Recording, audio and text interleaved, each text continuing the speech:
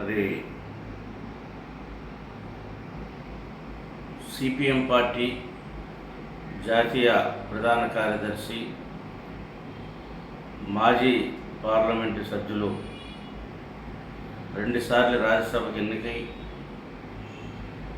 సుదీర్ఘ ప్రజా పోరాటం దేశవ్యాప్తంగా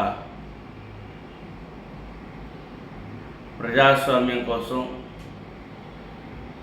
బడుగు బలహీన వర్గాల కోసం, శ్రామిక వర్గం కోసం నిరంతరం పోరాటం చేసినటువంటి యోధుడు, కార్మిక యోధుడు సీతారాం యేచూరి గారు ఈరోజు మధ్యాహ్నం మరి తుది శ్వాస విడిచారని తెలిసింది.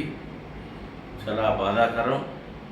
ఎందుకంటే ప్రజా పోరాటంలో వారి యొక్క మరి ఆంధ్రప్రదేశ్ సంబంధించి కాకినాడ వాసి అయినటువంటి సీతారాం యేచూరి గారు, వారి మేనమామ గారు మోహన్ దాస్ కందా గారు మరి ఉమ్మడి రాష్ట్ర చీఫ్ సెక్రటరీగా కూడా పనిచేశారు.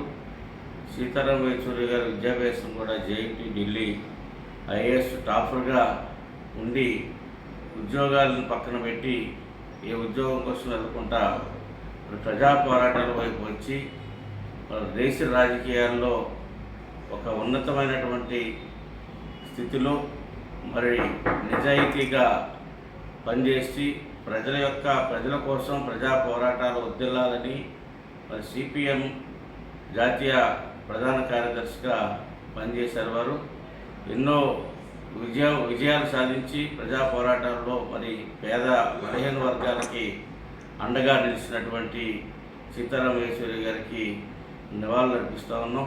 వారి కుటుంబానికి ప్రగాఢ సానుభూతిని ప్రకటిస్తూ ఉన్నాం. వారి